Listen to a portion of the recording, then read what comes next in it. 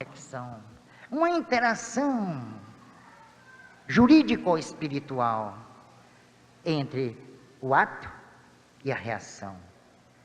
A intensidade da reação estará de acordo sempre com a intensidade do ato. Deus não castiga, Deus não premia, deu ao homem o livre arbítrio. Jesus fala, a cada um segundo as suas obras, isso é livre arbítrio. E no momento que nós estamos sofrendo, nós apelamos para Deus. Todos apelam. E outra pergunta, será que Deus atende aos nossos rogos, às nossas súplicas, quando nós erramos? Eu fiquei dando tratos também à bola, mais uma vez. Aí eu raciocinei, de mim para comigo, uma questão pessoal. Bernardo, eu tive um diálogo com Deus, veja que atrevimento. Sou atrevido. Eu disse, Deus, por favor, quando eu errar, não me perdoe. Ele estranhou, ele olhou para mim com seus olhos grandes, cósmicos, e disse, mas por que, meu filho?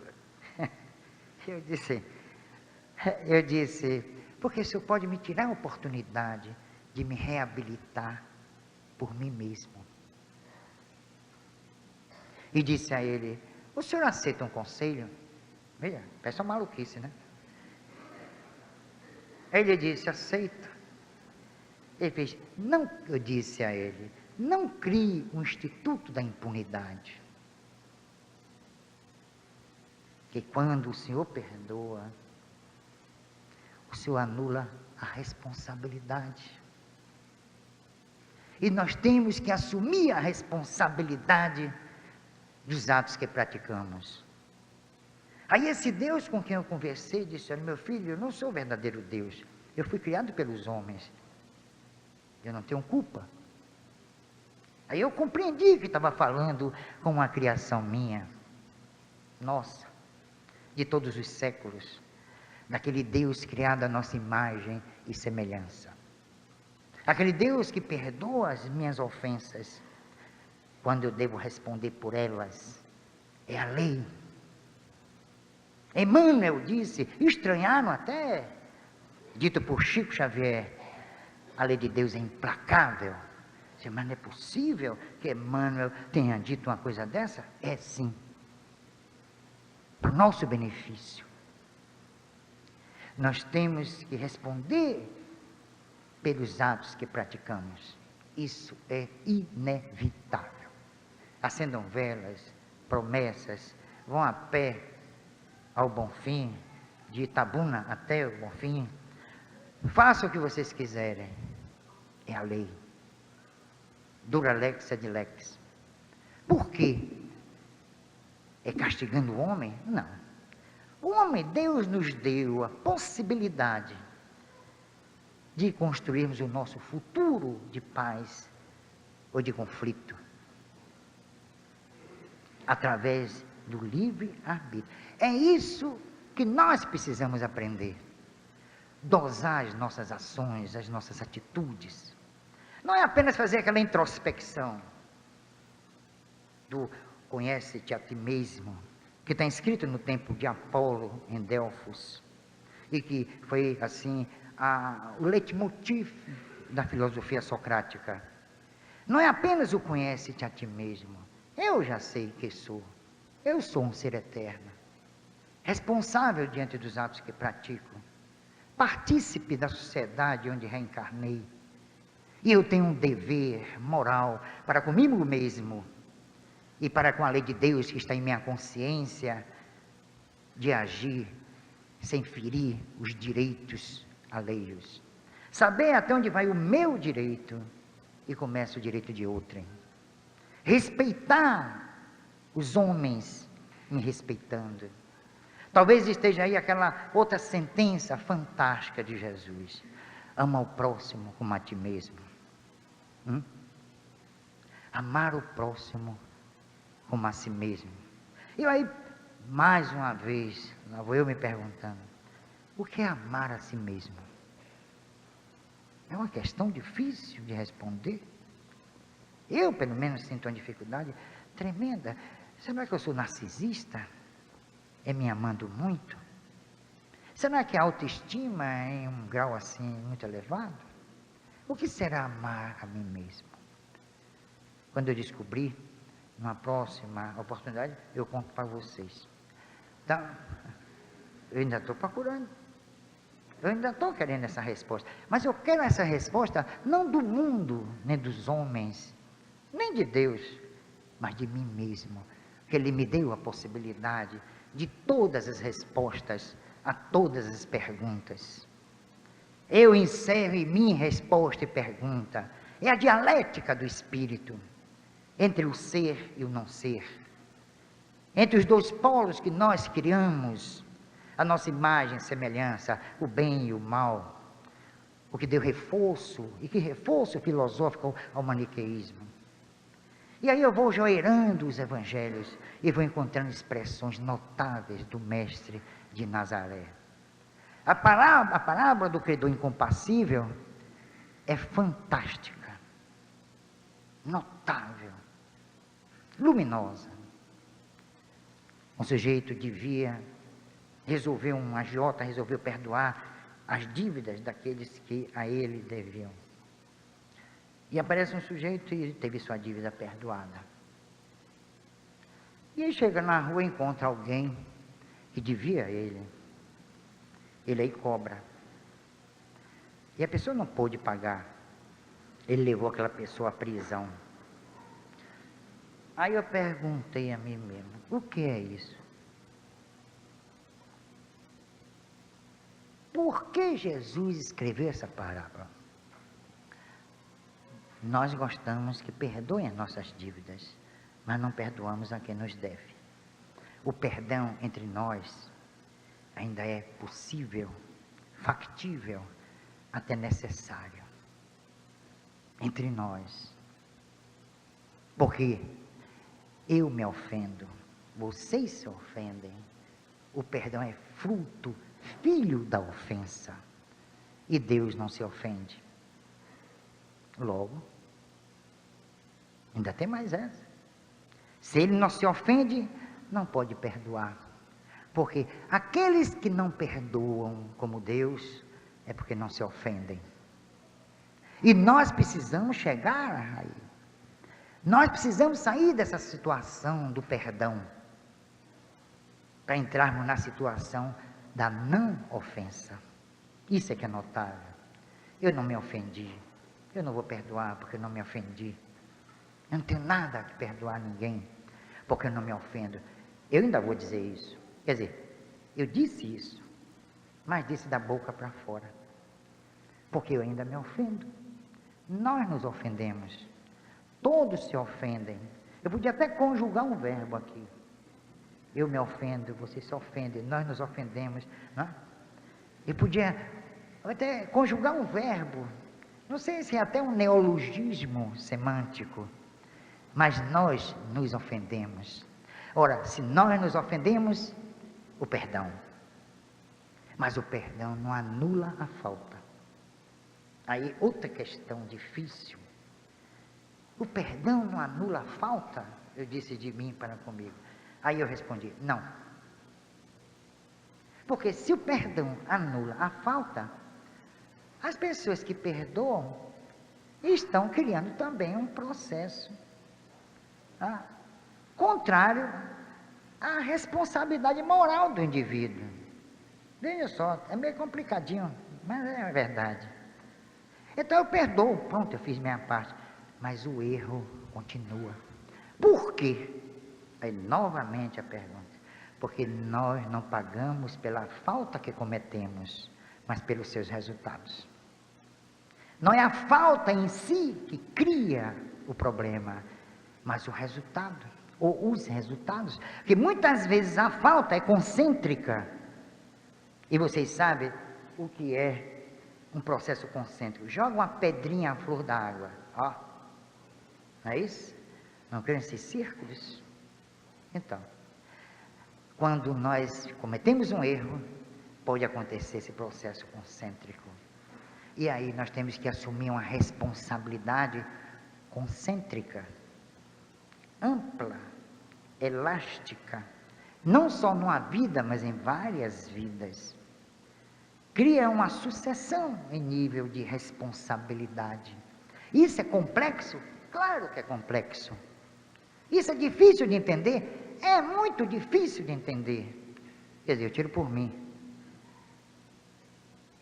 Foi difícil entender isso.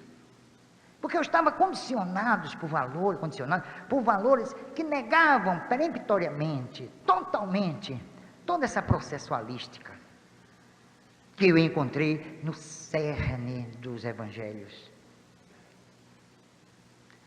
E ele realmente abriu as portas da minha percepção. Não aquela percepção de que falava Aldous Huxley. Ele a encontrou com a mescalina. Ele se abriu perceptivamente, ingerindo um narcotrópico, um tóxico, melhor dizendo. A minha se abriu conhecendo os evangelhos, entrando em contato com Jesus. Mas não aquele Jesus que salva, mas o Jesus que esclarece, que ilumina, que abre as portas da percepção para todos nós. Eu aí comecei a compreender, eu que era marxista, no diretório acadêmico da Faculdade de Direito da Universidade Federal da Bahia, eu era marxista, trotskista, o mais radical de todos os comunistas. Eu comecei então a fazer uma reavaliação completa dos meus valores, das minhas ideias, das minhas posturas diante do mundo, da minha visão de morte, da minha visão de vida. Eu julgava que vida e morte eram antagônicas, eram dois polos distintos, mas eu verifiquei mais tarde, em estudando Jesus e Kardec, eu verifiquei que vida e morte se congraçam, se identificam. É como se fosse a flecha e o arco. É como se o princípio, os fins tivessem encerrado no princípio e o princípio encerrado no fim. E quando eu conheci Kardec, eu não menosprezei Marx. Não. Ele tinha valores realmente notáveis para a construção de uma sociedade justa através da violência, enquanto que Jesus lutava por uma sociedade justa pela prática do amor e do bom senso. Eu juntei os dois. Eu fiz uma interação entre Jesus e Marx. E foi notável o resultado. Marx, me levou até o túmulo, frio, escuro, silêncio aterrador. Ali estava, como dizia Allan Poe, a perspectiva nostálgica do nunca mais. E aí Marx me levou generosamente até o túmulo, tentando criar uma sociedade baseada em valores equânimes. E Kardec me pega pelas mãos e me mostra a eternidade. E eu descobri que a eternidade sou eu. Então eu não vou para a eternidade, eu sou a eternidade. Olha, isso foi fantástico. Foi uma coisa maravilhosa, eu tremi nas bases. Então, Marx me levou até lá ao túmulo. E Kardec me leva e mostra a eternidade. E além de mostrar a eternidade, e ainda aqui neste mundo de provas e expiações, ele me revela aquilo que Marx, Engels, Trotsky, todos buscaram, Louis Blanc, todos buscaram a liberdade. Outra, a igualdade. E aí eu descobri que Jesus me revelou com Kardec que a liberdade, a igualdade é algo que deve ser pensado e repensado. Eu descobri que todos somos iguais perante a lei de Deus, mas a lei de Deus não nos trata igualmente. Isso não derrubou Marx, amplia, aprofunda, cria alguns questionamentos. Por que a lei de Deus, que nós somos iguais perante a lei de Deus, está no livro dos Espíritos, da lei natural, nas leis morais do livro dos Espíritos? Por que nós somos iguais perante a lei de Deus? E Deus nos trata desigualmente? Porque a cada um segundo as suas obras. Entra Jesus em cena e explica tudo. Nós somos iguais perante a lei de Deus, mas a lei de Deus não nos trata igualmente, conforme o nosso procedimento, as nossas atitudes, os nossos atos. Olha, isso foi fantástico. Quando eu estava nessas conjecturas, eu peguei Rui para ler. Eu realmente amo Rui Barbosa, talvez ele nem saiba disso. E lá estava num dos discursos parlamentares, um dos fulgurantes discursos parlamentares de Rui. Todos são iguais perante a lei de Deus, mas a lei de Deus trata desigualmente os homens. E eu perguntei, mas onde Rui foi buscar isso? Em que livro? Em que instância do seu poderoso pensamento, da sua inteligência prodigiosa? Ele foi buscar no livro dos Espíritos. Está lá na sua estante, marcado, com letras graúdas, essa expressão, conforme ele entendeu a lei natural ditada a Kardec pelos Espíritos. Então, é um encadeamento maravilhoso de ideias. É um processo ideológico fantástico. É uma epistemologia da alma, que quando Jesus e Kardec me revelaram a imortalidade. Então, esses grandes espíritos, Moisés também foi a seu tempo e a sua época um espírito notável. Jesus suplanta Moisés. Kardec confirma Jesus.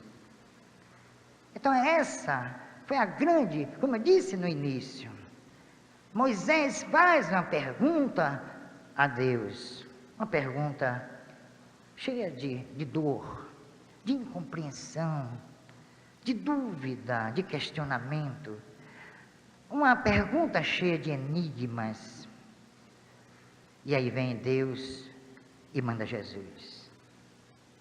E pela boca de Jesus, Deus responde a Moisés e responde aos homens. E aí entra Kardec. E aí estabelece essa conciliação dialética entre a pergunta de Moisés e a resposta de Deus por Jesus. Ora, fechou o ciclo. Por que outra religião na Terra, pergunto eu? Para quê? Se nós ainda nem aprendemos a viver. Se ainda nem aprendemos a morrer. Se ainda nem aprendemos a renascer. E se ainda nem aprendemos o que é lei de Deus. Então, minha gente, me perdoe essa eloquência imprópria a um escriba, inadequada a um escriba, a um homem que apenas escreve. Como Jesus, ele nada escreveu, não precisava. A sua palavra tinha a força de se imprimir, não no papel, mas nas nossas consciências, nas nossas almas. Eu tenho necessidade de escrever. Isso é por imperativo dos meus questionamentos, das minhas dúvidas. Não aquela dúvida que estiola, que embrutece, mas a dúvida fecunda e filosófica de que fala Ernesto Bolzano. Então, estudar os evangelhos, estudar a doutrina espírita, se impõe no momento em que o homem está deixando mais um século para trás, mais um milênio. Vamos legar uma doutrina aos nossos pósteros. Vamos legar uma doutrina escoimada de interpretações dúbias, tendenciosas. Vamos fazer com que o Espiritismo seja realmente a luz do mundo, porque se sustenta na luz de Deus. Vamos fazer com que o Espiritismo, cada vez mais, no próximo século, o início de um novo milênio, possa realmente ajudar a humanidade, não na sua busca de paz e de felicidade. O homem não busca a paz nem a felicidade. Eu nunca procurei a felicidade. Eu nunca procurei a paz, porque eu tenho a paz e tenho a felicidade dentro de mim. É como os cabritos monteses lá do Himalaia, que se alimenta da casca do sândalo. Ele é ruminante. Ele engole a casca, mastiga e guarda numa bolsa. E aquele sândalo, o perfume, se espalha, evola. E ele se torna, então, dono de um perfume do sândalo. Um pobre cabrito montês traz em si o perfume do sândalo. Nós trazemos a paz, nós somos a paz, nós somos a felicidade, nós somos eternos, nós somos filhos de Deus. E muita paz para vocês.